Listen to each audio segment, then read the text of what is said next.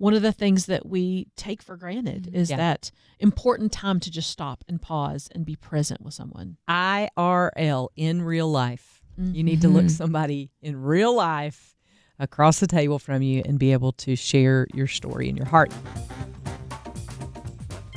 When people push back against community, one of the things they say is, I'm just too busy. I can't find time for anything else. I don't. Also going to get hate mail because of this. I believe we make time for what we make time for. Mm-hmm. Sure. I mean, we'll find time to do all the things. So we make time for what we make time for. I mean, it's just is what it is. Okay, well, let's talk about how you all are doing that. Yeah. Because I want to know. Because this is where it started with me a couple of years ago. My daughter was involved in activities, and I started seeing the same parents show up at those activities. And so I thought, this is a great opportunity to talk about our kids and how they're doing and things they're struggling. I mean, and we just started conversations there with some of the moms. Now, that didn't turn into like my core group of people, but it built relationships there and helped me to understand that you don't have to say on Tuesday night everybody goes to Tricia's house for dinner. It doesn't have to be that. Oh, thank goodness. You gave me the sweat. It can be as simple as being at the ball field with the same parents all the time. Yeah.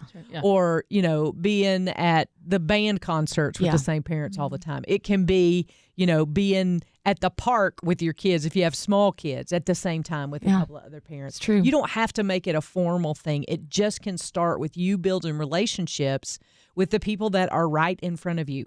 But instead, what do? At the ball field, when you're waiting on your kids to start playing, there we are, scrolling, missing the people around us. And I'm just really convicted of that recently. Yeah. Like, what have I missed because I've been looking at my phone? Yeah. One of the best ways I do is I actually schedule that important time. I have a group of girlfriends that I used to get together with, 2 girlfriends specifically, that we would get together every single month. We would have ladies' night out, and we would go to the same place and eat Bricks Pizza and have girl talk, and we would get deep with each other. Well, then one girl moved to the West Coast, and it made it a little bit more difficult to get together, but, Zoom. Yeah. So we would schedule a Zoom call, 9 o'clock our time, 6 o'clock her time, and we would eat meals together. We would get pizza and sit and talk, but we had to schedule it. It wasn't something for us that could just be spontaneous because we're raising young children. We were super busy. We were in 2 different time zones.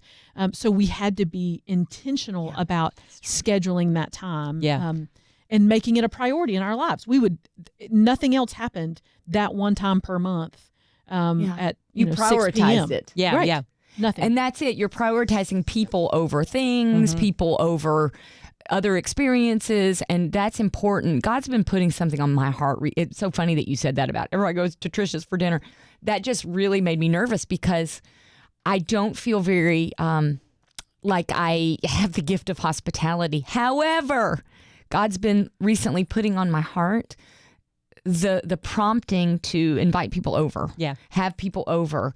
And it's been such a struggle for me because I always feel like, well, my house isn't perfect. Yeah. And this whole thing like, well, I can't do it unless everything is just so in my house. And I'm realizing it's never going to be just so. Yeah. And so at some point, I just need to let go of any pretending to have it all together and just have people over in the messy. Right. Yeah. And yay for that. I want to come to your house in the messy. Yeah. Because it makes me feel better. Right. If nothing But else, I'll your be house like, is perfect. no, but that's Isn't because it? you give me, I know you're coming over, but part of it's I want to be real. Yeah. And I want you to be real. And Yeah.